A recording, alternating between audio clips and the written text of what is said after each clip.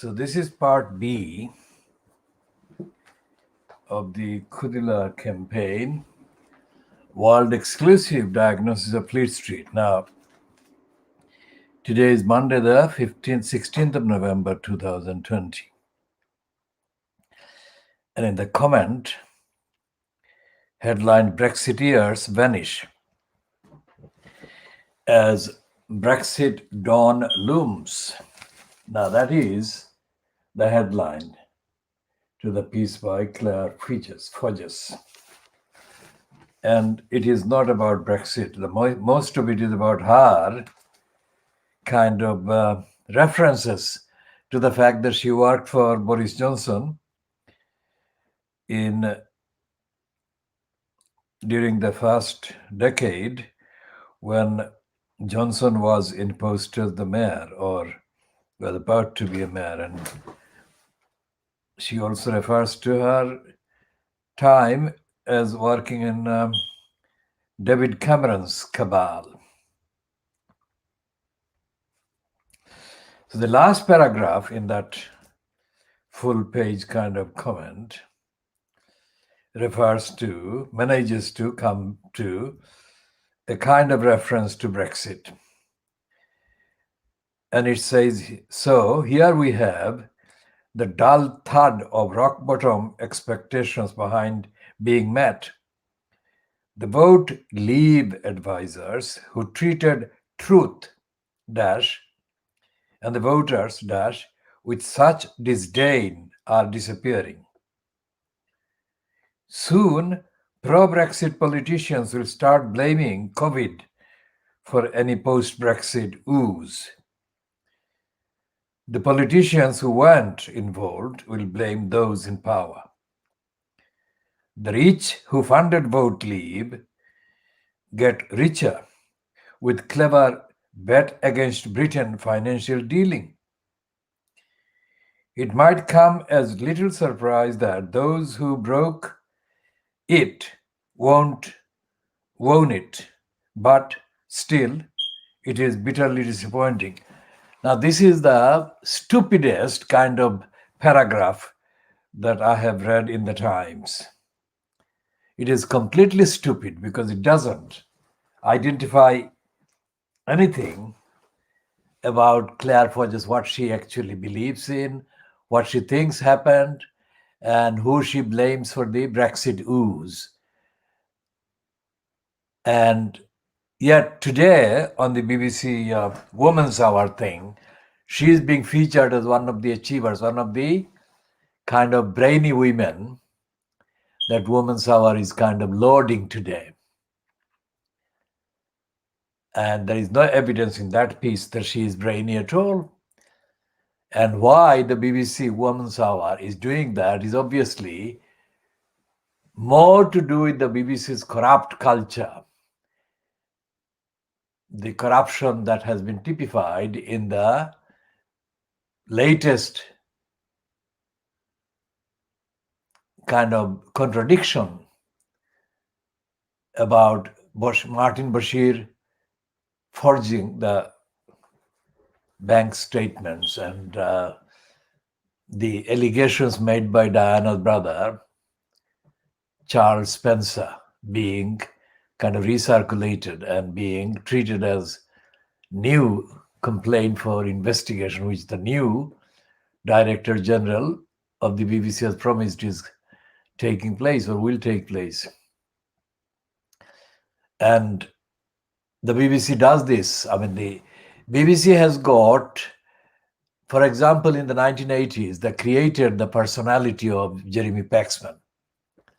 And as I've said many times, that was directly in retaliation of my work in exposing Paxman as the racist in the early 1980s, especially focusing on his kind of appearance on what was the program or slot called Nationwide, in which he made derogatory and offensive remarks about some black young criminals.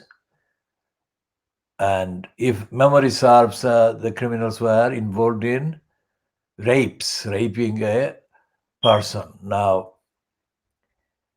the retaliation by the BBC was in the form of a cover picture and cover kind of story devoted to creating a new personality of Jeremy Paxman, so that the attacks that they thought were unjustified, the attacks, that is, my depicting Paxman as a racist, the BBC were actually overcompensating in their kind of racist defense of the racist role of the racist Jeremy Paxman.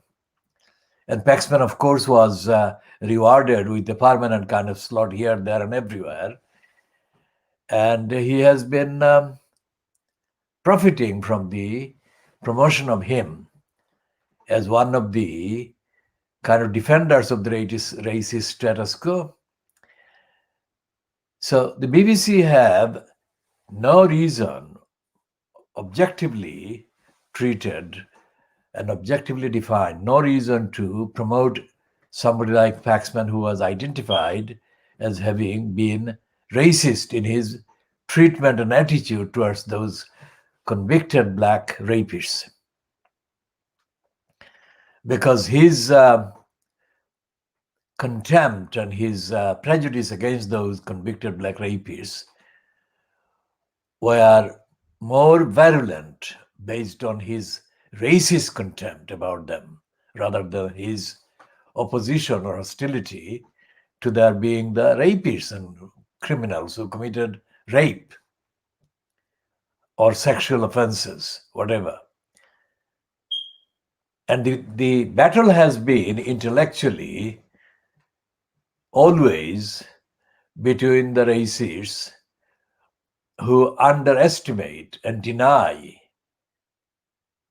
and are hostile to and reluctant to accept as equal, objectively defined, intellectually equal people from African, Asian backgrounds. That is the battle. That has been the battle, and that continues to be the battle.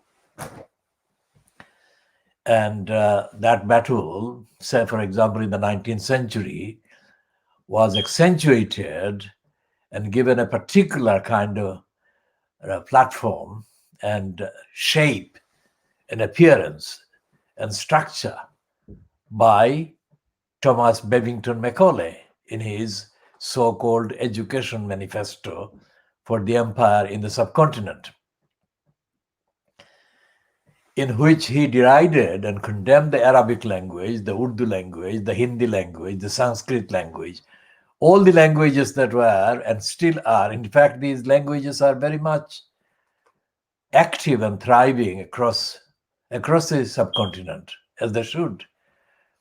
And despite the fact that 190 years of the kind of Raj, the empire that followed the 1757 Battle of Palasi, where the East India Company bribed many of the locals.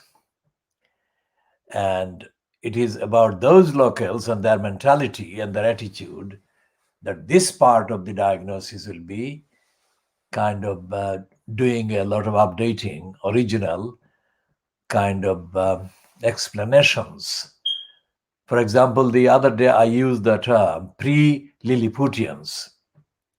Now, of course, the Lilliputians are not the only kind of images or characters that Jonathan Swift created. There were others, and there have been many versions and forms about the people roughly corresponding the kind of intellectual level of the Lilliputians, or whatever is denoted and connoted by the expression Lilliputians.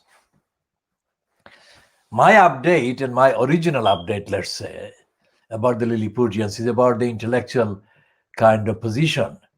I said the pre-Lilliputian attitude in the context of the greed that was kind of shown collectively, separately and severally and collectively, by most of the people I encountered, say 30 years ago, when fighting the battle against the Royal London Hospital in East London.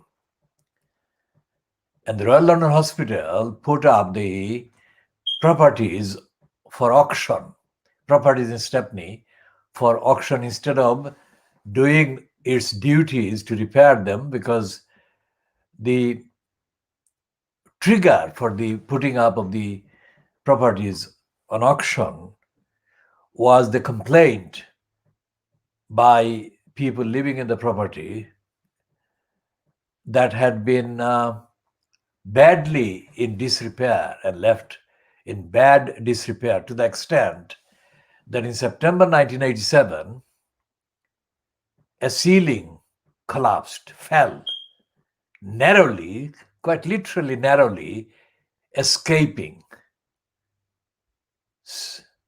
dangerously injuring two persons sitting underneath. And so when the Royal London Hospital, the property people, the management were told of that and asked to do the repairs, instead of apologizing, instead of offering compensation, whatever, and instead of rushing to repair the properties, because that was symptomatic, that was representative of the disrepair that had existed in other properties in the area, mainly New Road, London E1.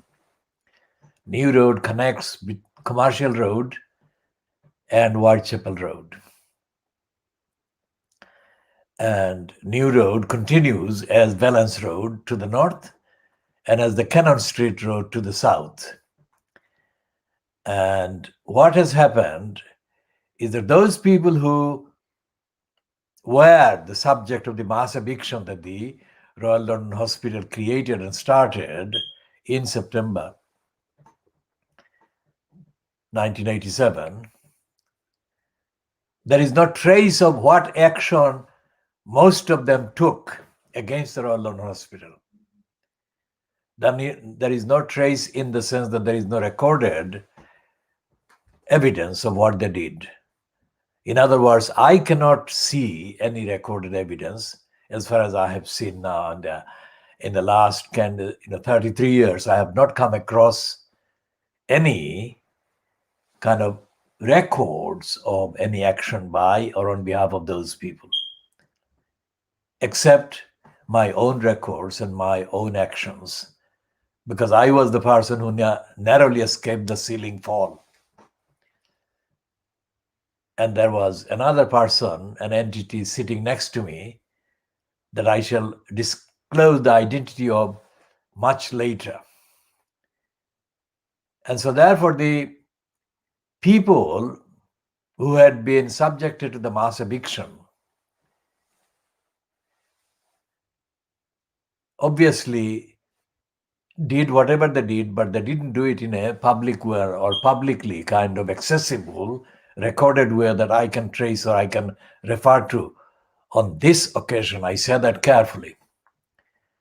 It may be possible to find records of activities and behavior and actions that those people, other people took. But at this moment, this time, and this kind of discussion or diagnostic kind of broadcast, I have not come across anything that I can refer to except to rely on the work that I have done and I have been doing and I'm continuing to do about the behavior of the Royal London Hospital. Now, other people, not necessarily resident at the address where the ceiling fell, not necessarily resident on the floor where the ceiling fell, let's say, but connected somehow, one way or the other, about the future of the property, got involved because the property got sold at auction. And the person that's bought the property concerned was the one that, let's say, appealed to the Lilliputian propensities or pre-Lilliputian propensities of those people, as he himself behaved as a pre-Lilliputian. And what happened was that he treated the whole thing, the whole property, simply as a property, and treated this as a source of money that he would make. And he would make more money than he was able to invest in luring some of those people into a state of mind where they believed that he was about to give them a few £1,000 if they conspired and plotted with him to make the property available for him to fully exploit and occupy. So the mindset and the mentality and the behavior and the attitude of these people combined constituted a kind of character and the intellectual level that I called pre-Lilliputian, not necessarily referring to the Lilliput of Gulliver's Travels or Lilliput of Jonathan Swift's kind of invention, or the Lilliput or similar sounding kind of characters that other people wrote just shortly before Jonathan Swift's book was published in 1740s or 1730s. Or the sub kind of references, subsidiary references, let's say, that Seitan Rushdie made in one of his so-called books about the diaspora Indians.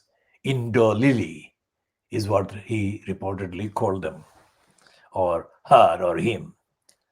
Essentially, I'm using the core kind of term, Lilliput, to establish a kind of set of words and concepts and connotations that represent the degenerate state of mind of the people who got lured and allowed themselves to be lured for money, to betray principles and values that money could never buy and has not been able to buy and will never be able to buy.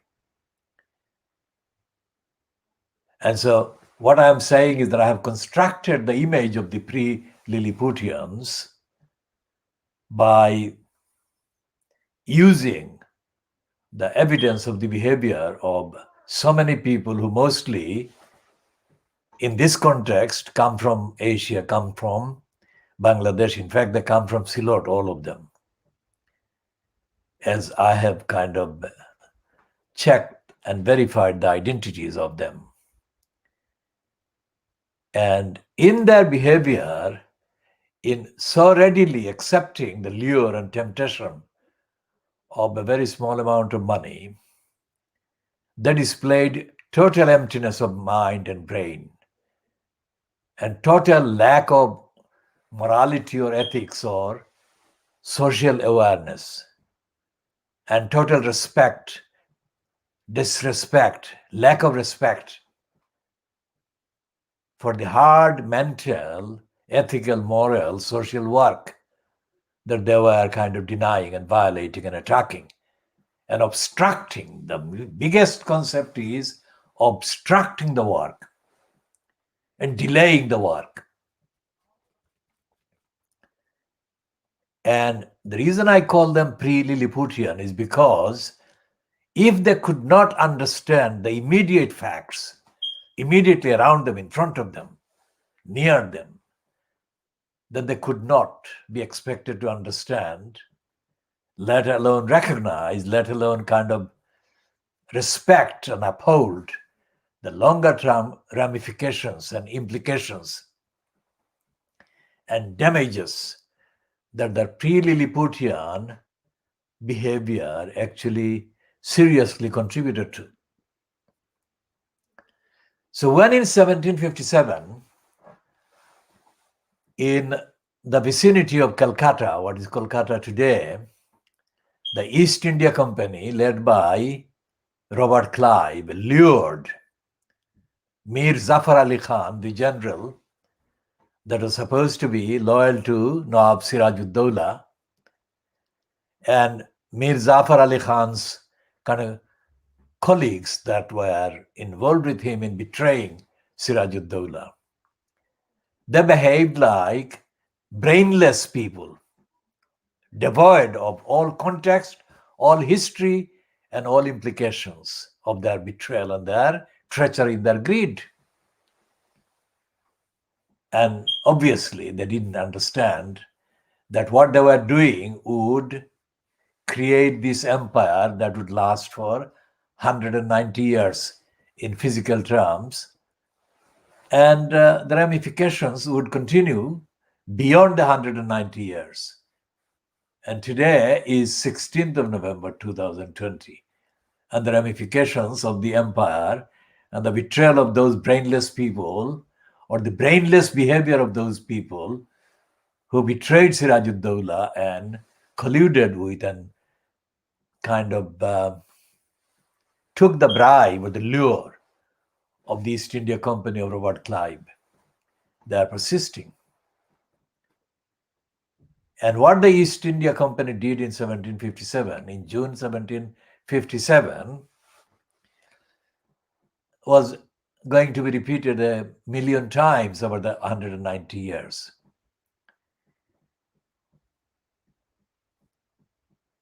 And the treachery by Saitan Rushdie,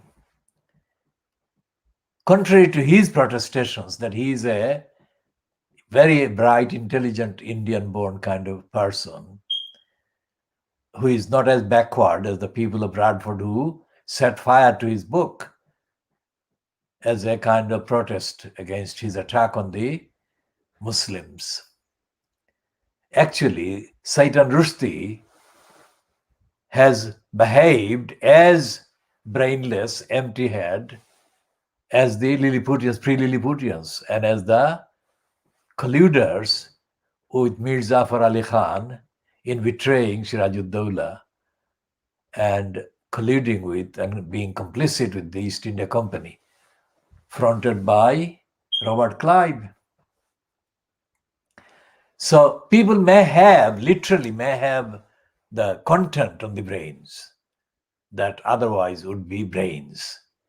But if their behavior is so low and so corrupt and so totally submerged in selfishness, then they cannot be credited with having any brain, because having any brain automatically denotes behaving intelligently, rationally, fairly, and with compassion and care and concern for the universal values of rights and responsibility and dignity and fairness. Now, the people who colluded together or separately in response to the corrupt bribery that Paul Varmin offered them about New Road behaved as if they didn't have any brains at all. Oh, that is what I mean by pre-Lilliputians. And so this is an altogether independent kind of construction, independent kind of characterization, if you like. Pre-Lilliputian.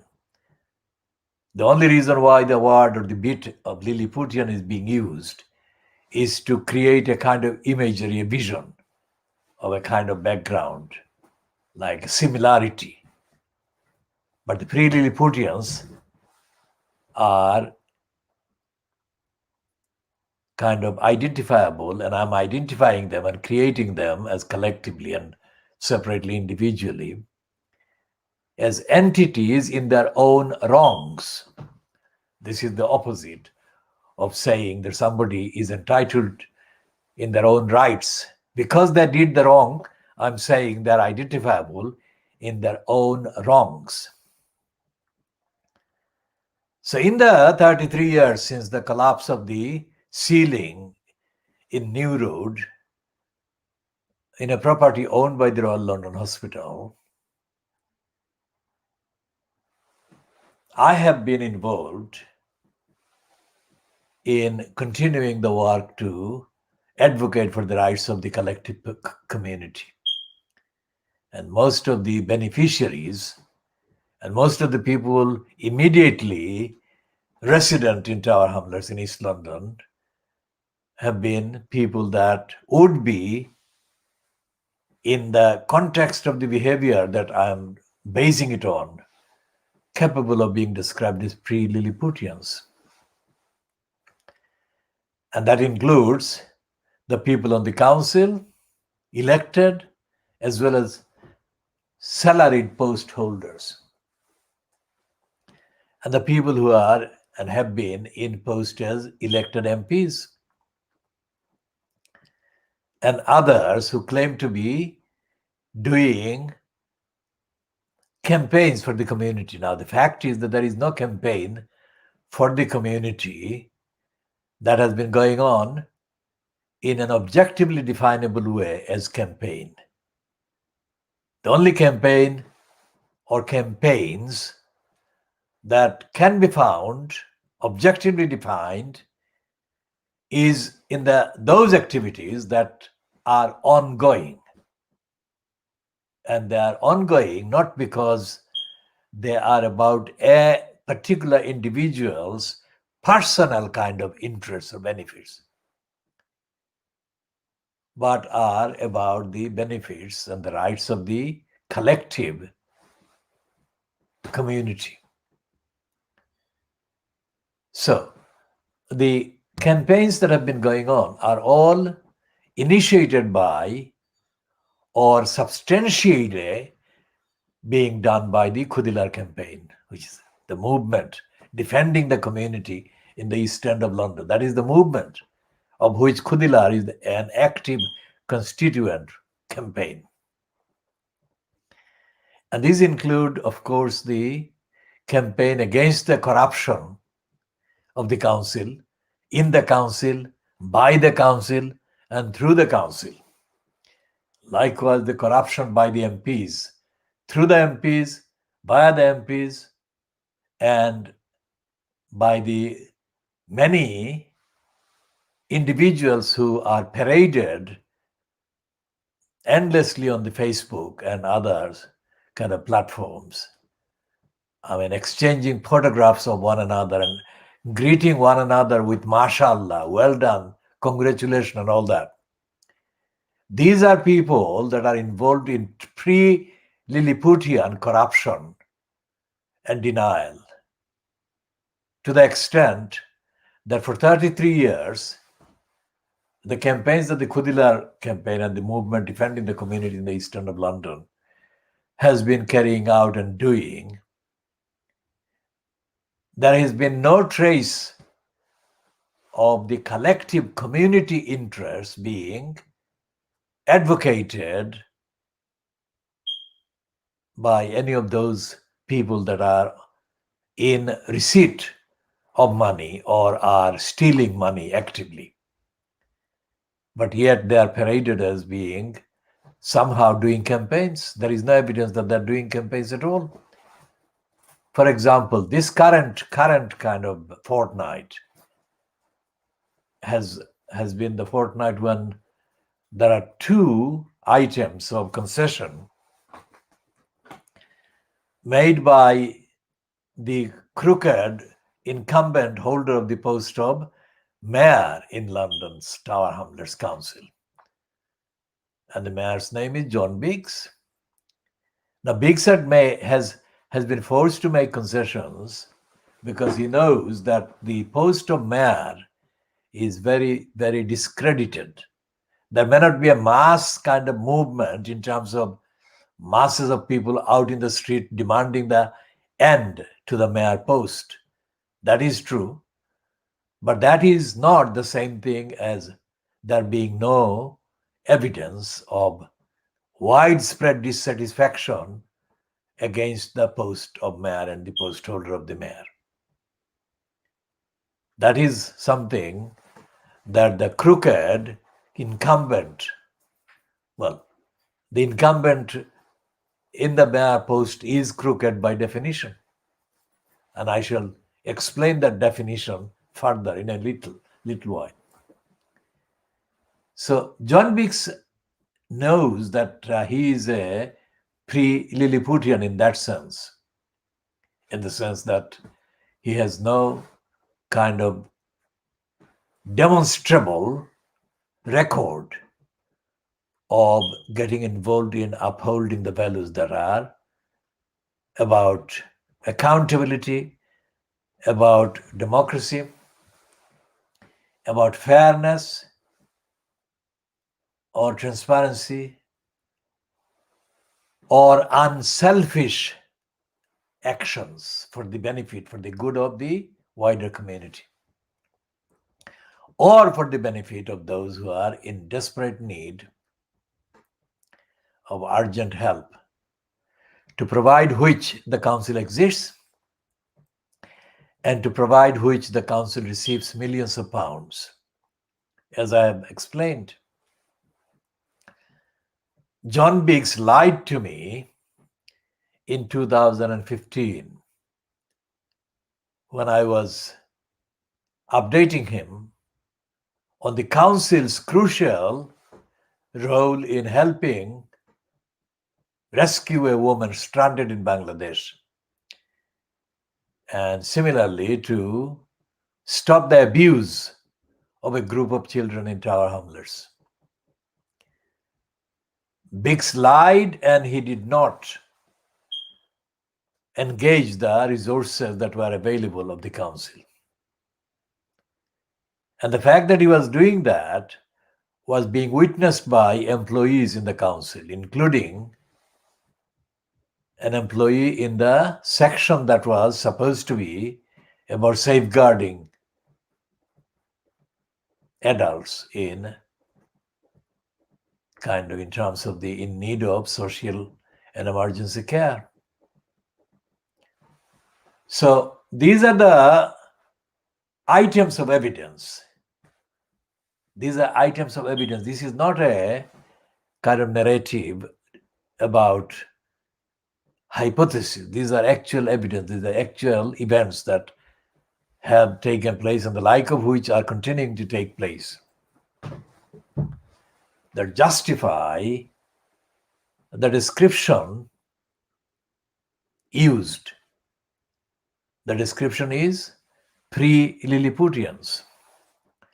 Some people are intellectually, obviously, differently kind of equipped than other people. But those differences are not cannot be blamed on them. What can be blamed on them is the action or the collection of actions that they can will to do or decide not to do. Where their intent is involved, their willingness and unwillingness are involved, that is where they can be blamed, that they can be condemned, which is what John Biggs can be condemned for doing. And the fact that the likes of John Biggs, or if somebody as narrow-minded, as selfish, and as prejudiced and biased and racist and dishonest as John Biggs is in post as the mayor at the expense of the population in Tower Hamlets, shows that the majority of the people in the borough, among the electors, among the ordinary population, are lacking in something very important. And that makes them responsible for the pre-Lilliputian kind of behavior, which is what is happening. Which is why very serious damages have been being caused by that kind of attitude and that kind of complicity. And the damages affect the future, the present, and the far future of the people in the borough and beyond. So when the ceiling in Stepney, in the property owned by the Royal London Hospital, fell in 1987, in September 1987. Well, that was 33 years before the pandemic. So there was no kind of excuse for not carrying out the work due to any lockdown, due to any kind of restrictions on the movement, or due to the operation of any social distancing or anything like that. So instead of repairing the property affected and damaged and badly in need of repair, the decision-making personnel in the Royal London Hospital made the decision to deny the service to the affected people. And they set in motion, set in chain, a number of consequences that are still being kind of felt. And the consequences affected the rights. All the good things have been affected by the consequences of the bad decision and the bad attitude shown by the Royal London Hospital and the decision makers. And as I've said, there was a man around at the time in Tower Hamlets in September 1987, and the man has got an Irish name, Brendan O'Sullivan. And Brendan O'Sullivan was working at that time in September 1987 at the then cooperative, housing cooperative called Spitalfields Housing Cooperative. And the Spitalfields Housing Cooperative at that time in September 1987 had its main office at 170 Brick Lane, London, E1 6RU.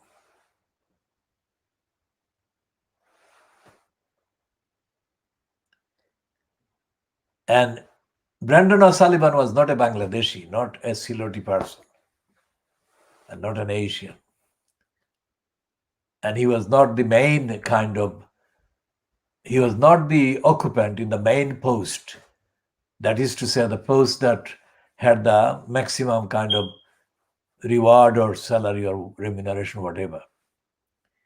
But he was the key kind of person carrying out most of the important work for the protection of the cooperative in many ways. So in that respect, Brendan O'Sullivan was not the typical kind of person in terms of employees and the role of the employees. He was somebody who was rare in the kind of demographic sense, in that he showed significant kind of interest in protecting the social side and societal kind of interests of the people involved. And so therefore, when he saw what the Royal London Hospital's negligence had done to the property in New Road, Brendan O'Sullivan showed sufficient concern to protect the affected persons from further damage and loss. And one of the things he did was to write a letter to the Royal London Hospital property people, asking them not to put the property in New Road on auction. And the Royal London Hospital, of course, failed to pay attention to what Brendan O'Sullivan said. Now, another man was involved as a result of Brendan O'Sullivan's kind of contacts. And that man was based in Hackney, at an address in Hackney, but was also involved in a housing kind of sector, so-called social housing kind of thing. And the man's name is David O'Rr.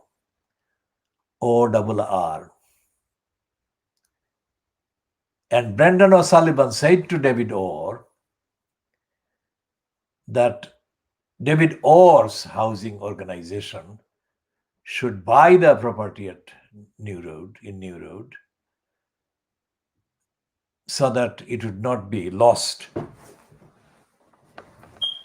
for the people who were resident in it or occupant.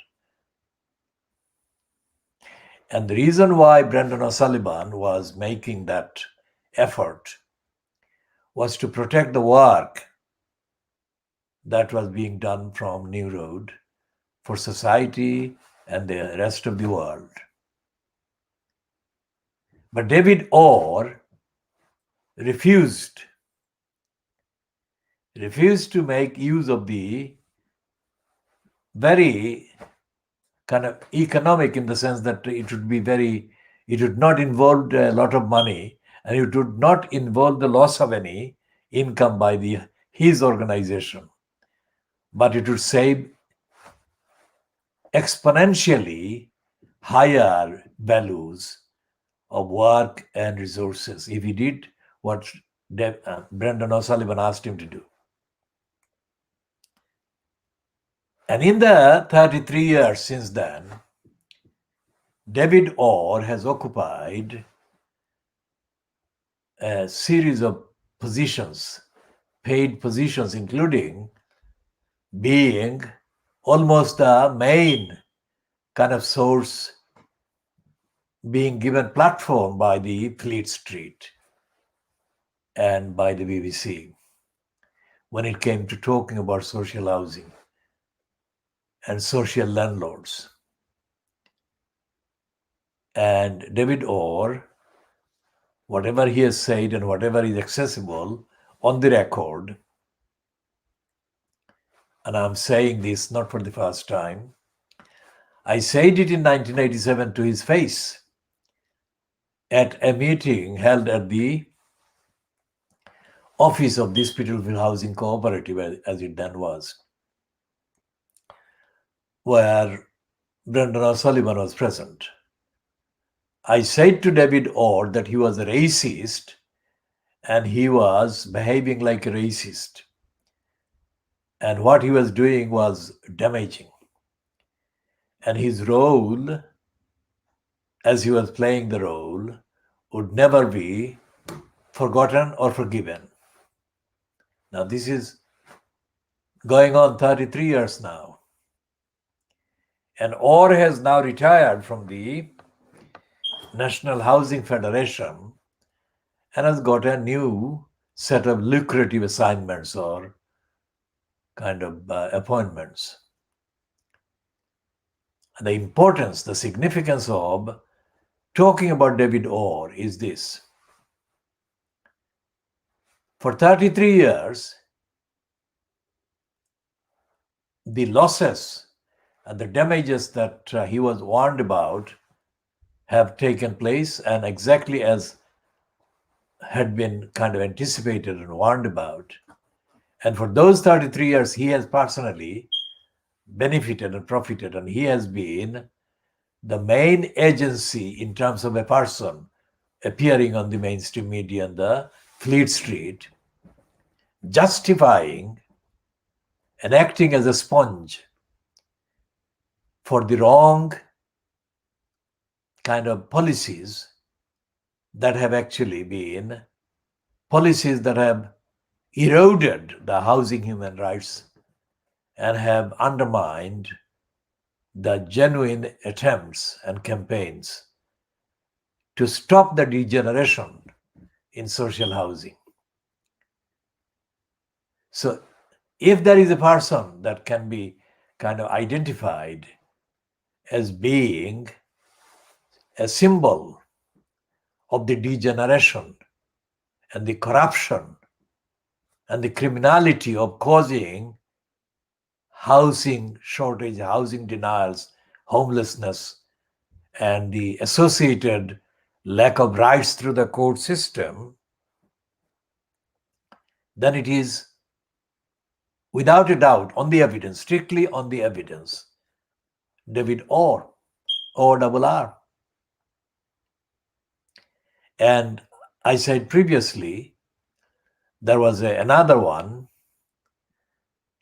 whose damages were not directly connectable with the damages suffered as a result of the Royal London Hospital's behavior in New Road, but whose role was damaging in that Des Wilson, that is, of the shelter, became associated as the kind of excuser of all the wrong things that were causing housing human rights losses. And the damages that David Orr did only became similar or comparable to the damages that had been done by, or had been being done by Des Wilson through shelter, in the sense of the prejudice. The prejudice that Des Wilson showed against African Asian people was the same kind of prejudice that David Orr showed and shows. So the human rights, the housing human rights being denied and robbed from the communities, were being denied and robbed also by racists in the decision-making kind of places and operations, being aided and abetted and being excused for and apologized for by, or as by the likes of Des Wilson and David Orr. None of the newspaper articles, including The Guardian, because The Guardian in Fleet Street, more than the Daily Mirror, has the pretense of having several writers that actually write words about housing, homelessness, evictions, and all that, and social impact and social kind of input. But when it comes to the facts of the behavior of the likes of Des Wilson or David Orr, The Guardian has an absolute blank on this. The Guardian kind of operates editorially on the assumption that the likes of David Orr are radical, that they are the faces of the radical answer to the crisis of housing. But far from being radical, David Orr is in the cesspit, in the darkness and in the corruption, as deep as corruption is or can be. Because Orr has been complicit with various initiatives that have robbed people of housing human rights over the years, as has Wilson. But Wilson is not now fronting the shelter, but historically, for a long time, he was given platforms as the savior of the loss of housing. That was absolutely unjustified, but he peddled himself, promoted himself as that, and he was given that without any critical evaluation of his character, his behavior, and the policies that he pursued and promoted through shelter. So shelter and this National Housing Federation, or whatever federation that David Orr has been involved with, are typical.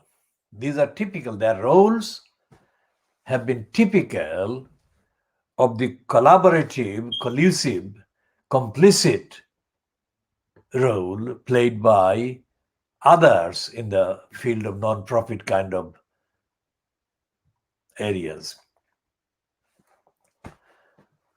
Organizations like what used to be called Age Concern, organizations like the Child Poverty Action Group, organizations like the RSPCA. And these are the kind of symptoms of the wider problem in society in this country, where legitimacy is given by apparently non-profit organizations that are apparently kind of doing things that the state is failing to do and the other sectors, the private sector, is failing or refusing to do. On the examination of the evidence, that kind of line is a lying line. And that line actually encourages the pre-Lilliputian, antisocial, cruelty-based, greed-based attitude and mindset. The result is that in the UK there are millions of people suffering poor housing, and others are suffering lack of housing. Now, the meaning of housing is so important to understand properly, because without housing human rights becomes useless, pointless, unrealizable. That's the simplest way I can express it. So housing human rights is the real human rights. That is to say, without housing human rights, real human rights becomes meaningless.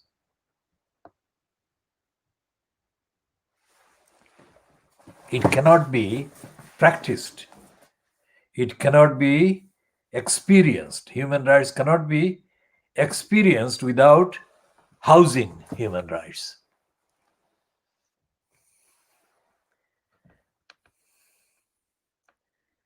So let's check.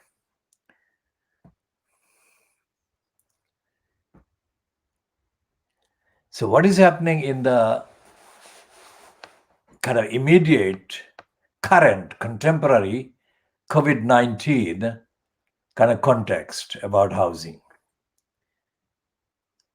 Just as Boris Johnson has been repeatedly having to be forced to stage about turn on his kind of so-called policies as the incumbent as kind of prime minister, so-called, so has his housing minister, Robert Jenrick. Now, we don't have to repeat the facts about his various contradictions and various lies and dishonesty and his role as a conduit, that is the source, agency, the channel with which the pornographic multi-billionaire Richard Desmond has bribed the Conservative Party in order to get the planning permission about the West Ferry Road print works, kind of sorted in favor of the billionaire through the abuse by Jenrick of his post as the Minister for Housing, so-called. Now, Jenrick was forced to include a ban on eviction proceedings in the county courts and the court system in March. But he was dishonest. He was caught immediately as contradicting, and his kind of restrictions were not really restrictions. And those bans, if you like, were lifted, and then they were imposed again, and they were lifted, and they have been lifted again.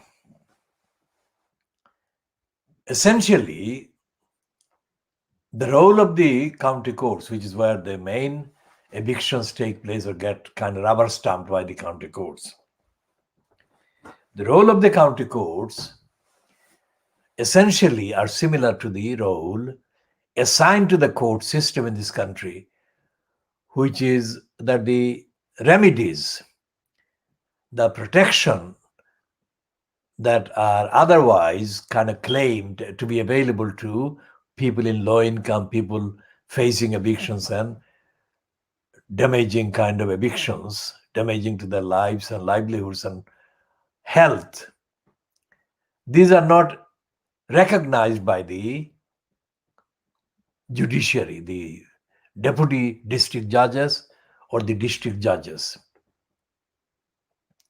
Now, this raises the question as to who prepares and trains these judges.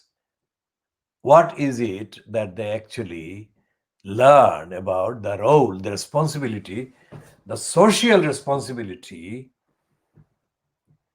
that is the responsibility to society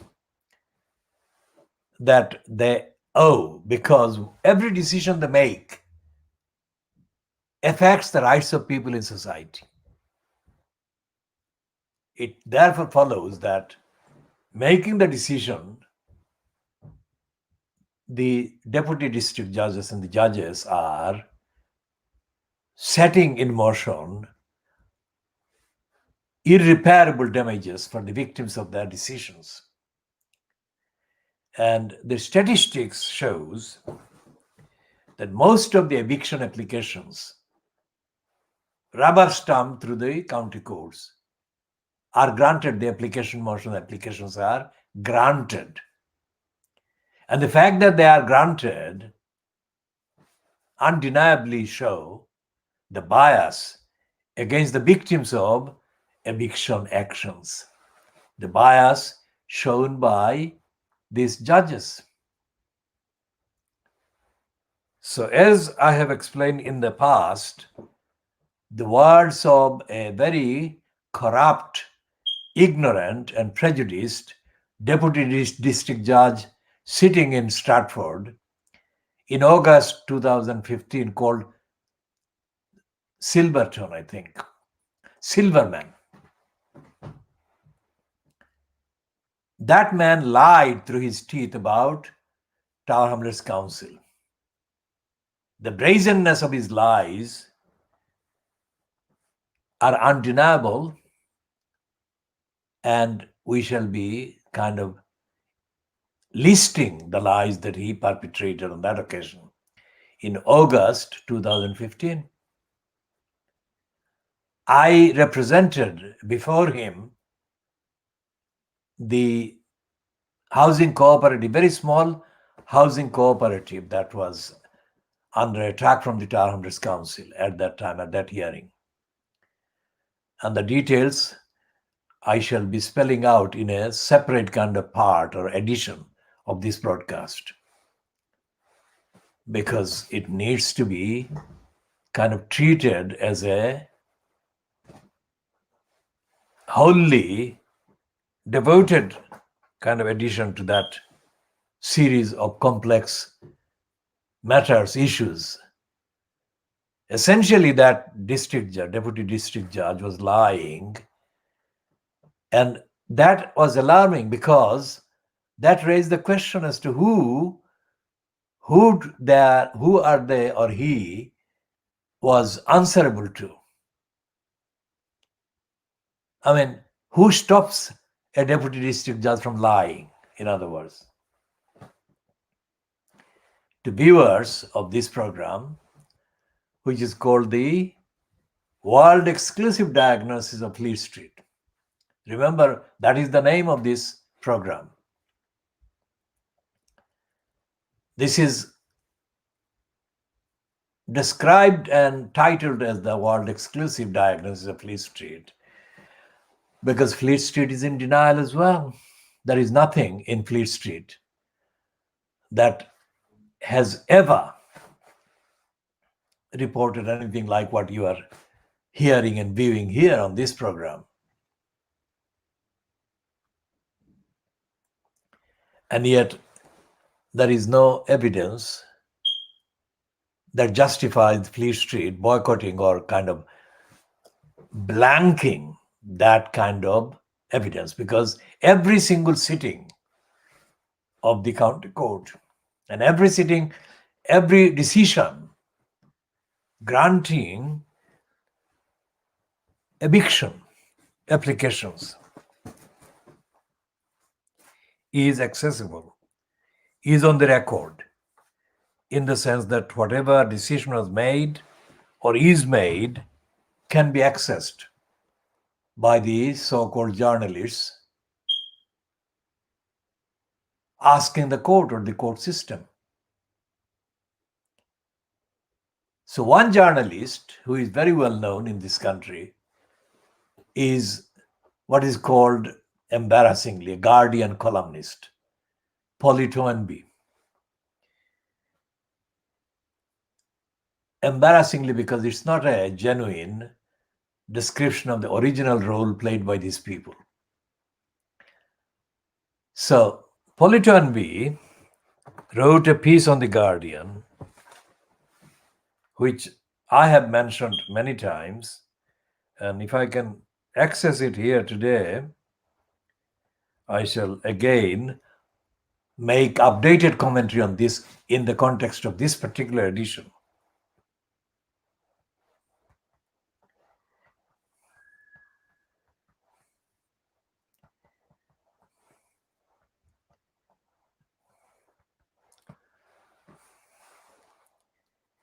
All right, so this is the piece that Politoanbi wrote, and the Guardian is telling us that it's 4 years old. This is dated Tuesday, the 2nd of February 2016.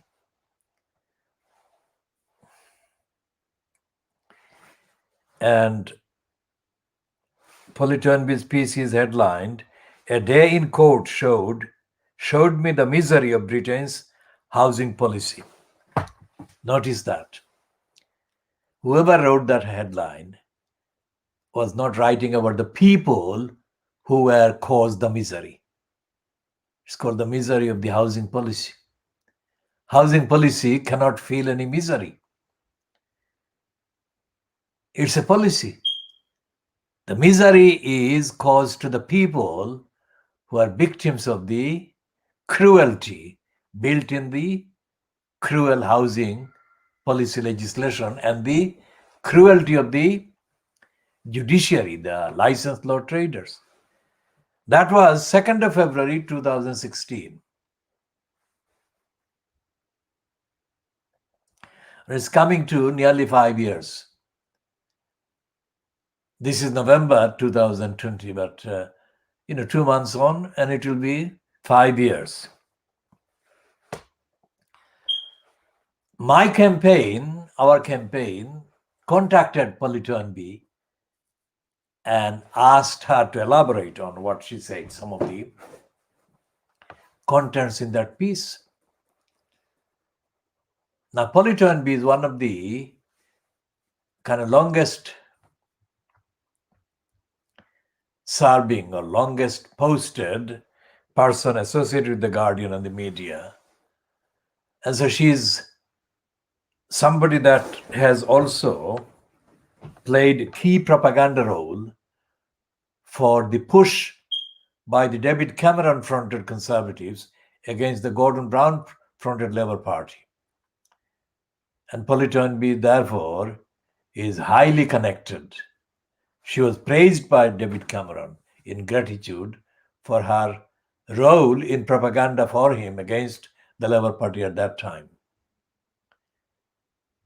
So when we asked her to elaborate on what she saw in the courts, Politoanbi's answer was that she doesn't have the resources to look that deep into the behavior, etc., etc.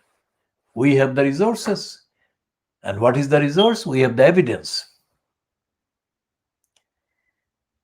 And what I'm saying in contextually, topically updating the commentary on Politoanbi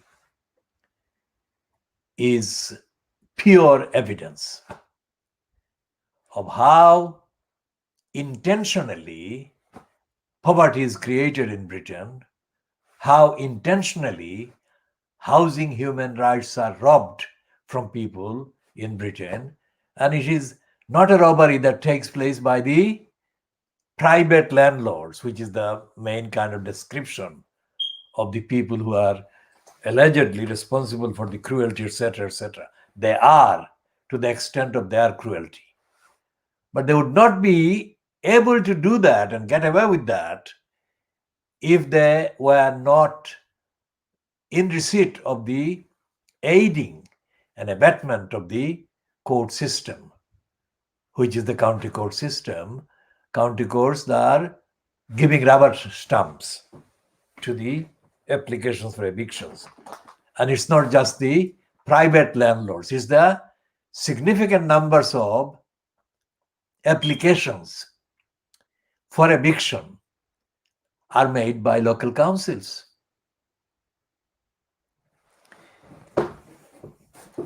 And what I'm saying is the pre-Lilliputian state of mind is that there is nothing in the legal system, so-called, that stops members of the judiciary, deputy district judge or district judges or the administrative kind of personnel from flouting the law, from behaving cruelly, from behaving dishonestly, from behaving prejudicially, racistly, obstructively in denying any say to the victims of the eviction proceedings. What I'm saying here is, of course, something that can be kind of spoken about over hours and hours, because the evidence is so enormous and the damage is so deep and forever lasting. So therefore it is a question as to why Keir Starmer, the current leader of the Labour Party, and the so-called kind of spokesperson in Parliament who is supposed to be speaking for the rights of the victims of housing home kind of human rights robbery, Thangam Debonair, who is the MP for Bristol West, and she has been in post for the last few months in the name of being the shadow to Robert Jenrick. She has no clue. Whatever she says doesn't amount to even one sentence of evidence that I have been speaking. And that can only be intentional omission of the evidence and the intentional policy to deny evidence that is right there, staring her in the eye, right there in the face, in front of her. There is a thing called London Renters Union. Now, the London Renters Union apparently is a campaigning outfit, but it's not campaigning really. It has given up campaigning. And one of the reasons why it doesn't campaign is because the political operatives behind it don't want the campaign to the extent that the campaign must be done if the housing human rights robbery is to be stopped.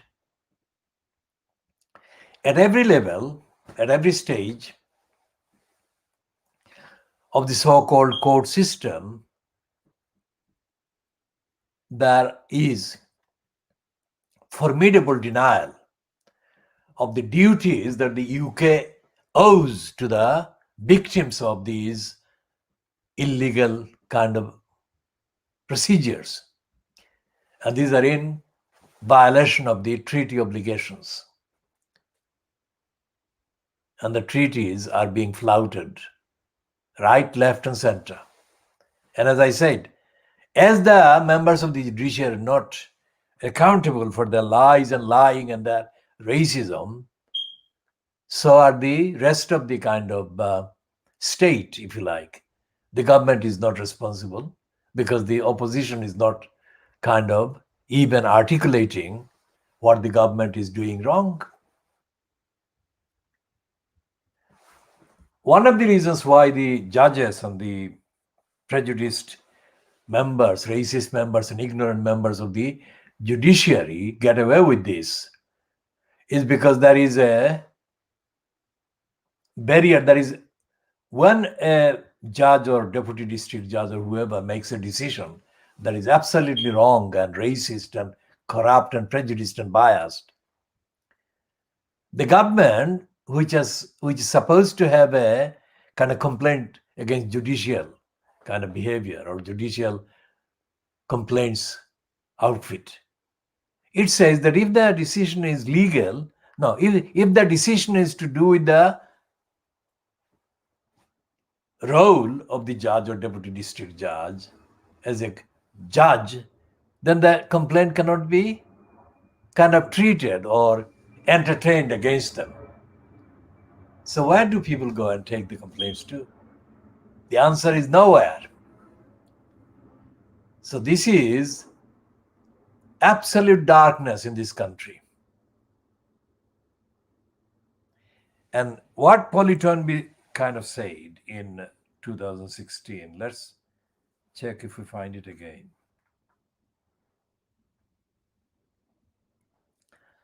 She said, she started by saying the bedroom tax and government cuts have led to a wave of evictions, targeting the poor and vulnerable. That is a brazen lie, because the bedroom tax and all the rest of it, as she's saying, did not start the wave. The wave had already been raging. And the wave has remained unabated, nearly 5 years on. And the Guardian has not followed up. Not just Polly Toynbee, but there are others like Butler and whatever, the writers, so-called social affairs writers on the Guardian. They have not followed up the actual removal of rights from the victims of eviction and other homelessness creation measures. And what happened in the 33 years in Tower Hamlets, directly connected with and following from and resulting from the behavior of the Royal London Hospital, will be detailed in an edition of this program in due course. In due course, indeed.